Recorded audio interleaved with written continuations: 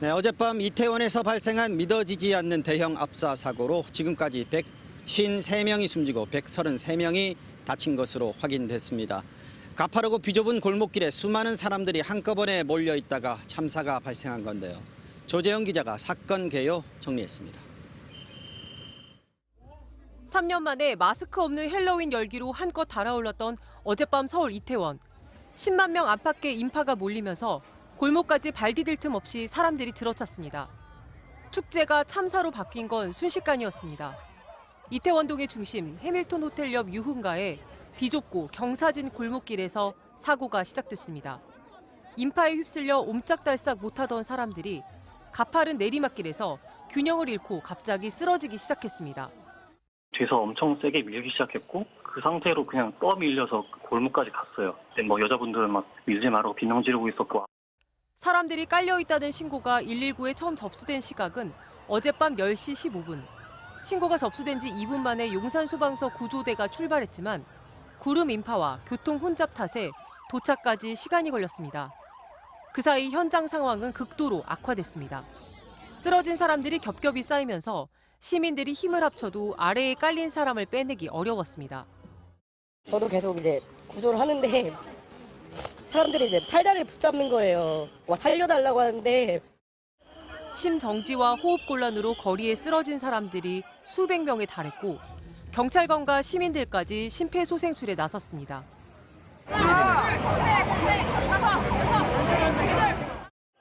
하지만 현재까지 사망자 153명에 부상자도 133명인 것으로 집계돼 280명이 넘는 사상자가 발생했습니다. 사망자 대부분은 10대에서 20대 사이로 97명이 여성, 56명이 남성으로 확인됐고 외국인도 10여 개국, 25명이 숨진 것으로 파악됐습니다.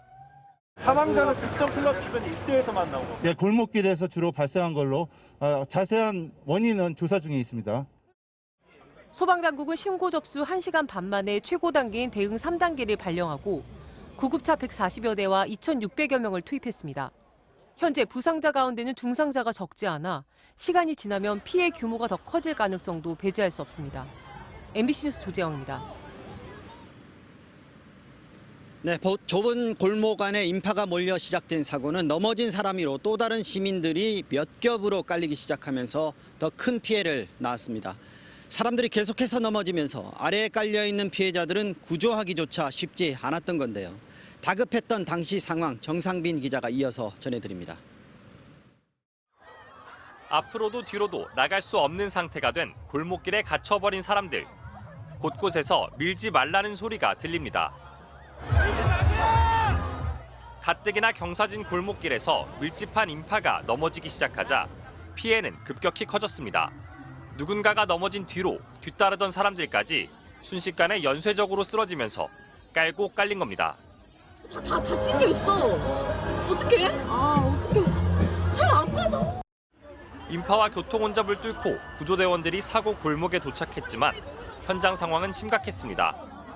구조대원과 경찰관은 물론 시민까지 합세해 끼어있는 피해자들을 구하려고 안간힘을 썼지만 소용이 없었습니다.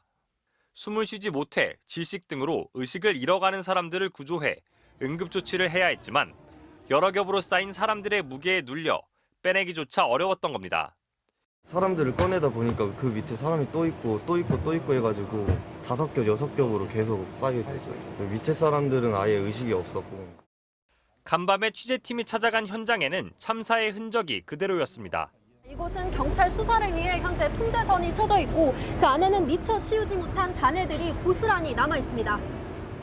구조대는 위에 있는 사람들부터 차례로 꺼내 심폐소생술을 했지만 오랜 압박으로 숨을 쉬지 못한 피해자 상당수는 대부분 질식 등으로 심정지 상태였던 것으로 전해졌습니다.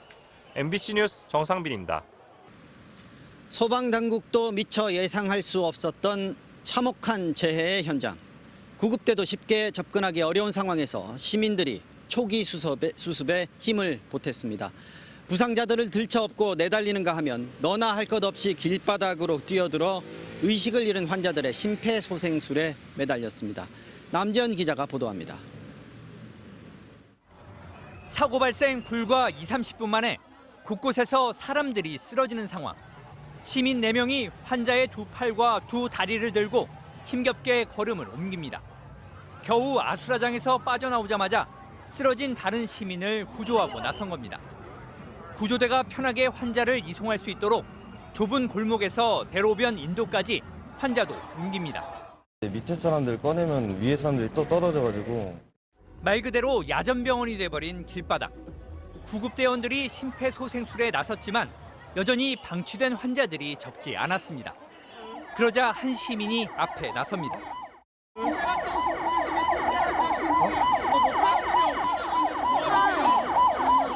지켜보던 시민 몇 명이 손을 들고 환자들에게 다가가 심폐소생술을 시작합니다.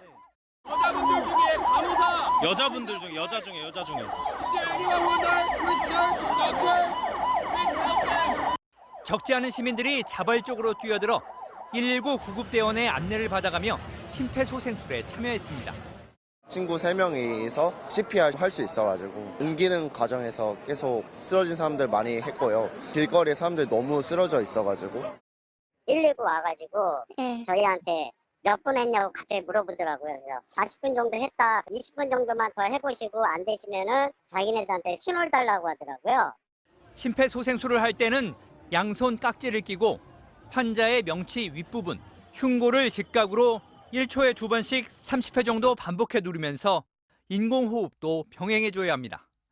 심장이나 숨이 멎은 환자에게 즉각 심폐소생술을 실시하면 환자의 생존율은 3배 이상 높아집니다.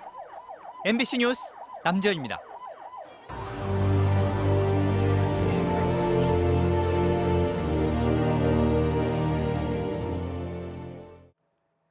최악의 참사가 된 이태원 사고 소식 상암 스튜디오에서 이어서 전해드리겠습니다. 사망자와 부상자 수가 280명을 넘어섰습니다. 그렇다 보니 당국은 신원 파악부터 난항을 겪었는데요. 가족의 생사를 알 길 없는 가족들은 온종일 발을 동동 굴러야 했습니다. 실종자 신고 접수처에는 수천 건의 신고가 빗발쳤고 사망자와 부상자들이 이송된 병원에는 하루 종일 가족과 친구를 찾는 애타는 발걸음이 이어졌습니다. 고재민 기자입니다. 새벽 5시부터 실종자 접수를 받은 서울 한남동 주민센터. 이른 새벽부터 연락이 닿지 않는 가족을 찾는 시민들의 발걸음이 이어졌습니다. 3시인가 그때 넘어서 나갔고 그다음부터 연락이 안 오고 10시 넘어서부터 전화를 했어요. 그 경찰서에 습득된 걸 전화 통화돼갖고 주민센터를 찾았다가 소득 없이 병원으로 가는가 하면 거기 갔다가 이런 얘기를 하니까 자기들은 모르겠어요. 그러면요 한남병원을 다시 가보세요. 어디다 연락을 해야 되니까 자기들은 그것까지는 모르겠다. 무작정 병원을 찾기도 했습니다. 여기는 없다고? 연락은 안 되시네요. 여기는 이거 어떻게 경찰서를 가봐야 되나? 한남동 주민센터 가보셨어요? 아 지금 가봐 지금. 주민센터와 병원을 왔다 갔다 하던 한 가족. 여기서 중국에 일산이 있다고 했는데 그거는 없다고 그래. 확인이 안 된다고. 그래서 오다 들어왔지. 하지만 곧이어 아들이 숨진 사실이 확인돼 다시 병원으로 발길을 돌려야 했습니다. 혹시 부상자라고 믿을까 봐 실력 같은 희망을 갖고 왔는데 이제 죽었으니까 어떻게 하냐고 이제. 근데 그렇게도 안 돼. 다리는. 신원 확인에 시간이 걸리고 실종자 접수가 한꺼번에 몰리면서 가족의 생사를 알 길이 없는 가족들은 온종일 발을 동동 굴렀습니다. 책이 없어. 뭐 얘기를 안 해줘. 텔레비도 없고 방송도 할 게 없고 직접 확인해가면서 주민센터에 모아놓고 할 일입니까? 네? 최소한 구청 아니면 서울시에서 해야 되는 거 아닙니까? 오늘 오후 6시 현재 주민센터를 직접 찾아와 가족이나 지인의 실종 신고를 접수한 경우는 90건이 넘었고 전화 접수를 포함해 연락 두절된 가족과 지인을 찾는 실종 신고는 4,000건이 넘게 접수됐습니다. MBC 뉴스 고재민입니다. 좁은 골목길에 얼마나 많은 사람들이 몰려들면 압사 사고가 날지 이미 10년도 더 전에 나온 연구 논문을 저희가 확인했습니다. 사고가 난 이태원 골목길 정도면 800명이 넘으면 사고가 난다는 겁니다. 어제 사고 현장에는 이것보다 훨씬 더 많은 사람들이 몰려 있었던 것으로 추정됩니다. 차주혁 기자의 보도입니다. 사고가 난 골목길은 폭 3에서 4m, 길이 40m의 내리막길입니다. 위에서 내려오는 사람들, 아래에서 올라가는 사람들, 양쪽에서 사람들이 몰려들었습니다. 그러다 내리막길 아래쪽으로 사람들이 쏟아지면서 대형 참사가 벌어졌습니다. 파이어라인 저쪽 쳐져 있지 않습니까? 바닥에. 거기서부터 5.7m 안에서 사망자가 다 나왔습니다.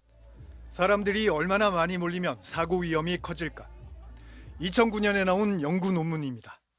교육과학기술부가 의뢰해 압사사고 위험성을 연구했습니다. 폭 6m, 길이 20m의 직선 통로. 사고가 난 이태원 골목길과 면적이 비슷합니다. 보행자 수를 100명씩 늘려가며 시뮬레이션을 했습니다. 300명일 때는 통행이 원활합니다. 500명이 넘자 혼잡해집니다.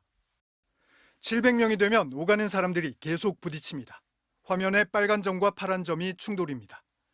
그러다 시간이 흐르면 자연스럽게 양쪽으로 방향이 나뉘고 통행이 가능해집니다. 하지만 800명이 되면 다릅니다. 시간이 흘러도 충돌이 계속되고 사람들의 걷는 속도가 확 떨어지면서 압사사고 가능성이 급격히 높아집니다. 내리막길이면 위험은 더 큽니다. 800명을 넘어서게 되면 교행이 발생을 하지 않고 사람들끼리 굉장히 마찰이나 이런 것들이 심해지면서 사람들이 받는 압력이 기준 압력 이상으로 굉장히 크게 올라가게 됩니다. 정확한 인원수는 발표되지 않았지만 사고 당시 골목길에는 800명보다 훨씬 많은 사람들이 있었던 것으로 추정됩니다. 그렇다면 이런 사고를 당하지 않기 위해 사람들은 어떻게 대처해야 할까? 기준 이상의 밀집도를 보인다라고 생각이 들면 그곳에는 이제 안 가는 게 가장 중요하고요. 만약에 들어가 있는데 기준 밀도 이상으로 올라가는 것 같다라고 생각이 들면 근처 건물이나 상점가로 빨리 대피를 하시는 게 맞습니다. 본인이 발이 땅에 안 닿고 떠서 움직이는 상황이 되면 이미 늦었다고 봐야 되는 상황입니다. 연구 결과는 사람들이 그 골목길에 더 들어가지 못하도록 통제하는 게 유일한 예방법이라는 점을 보여주고 있습니다. MBC 뉴스 차주혁입니다.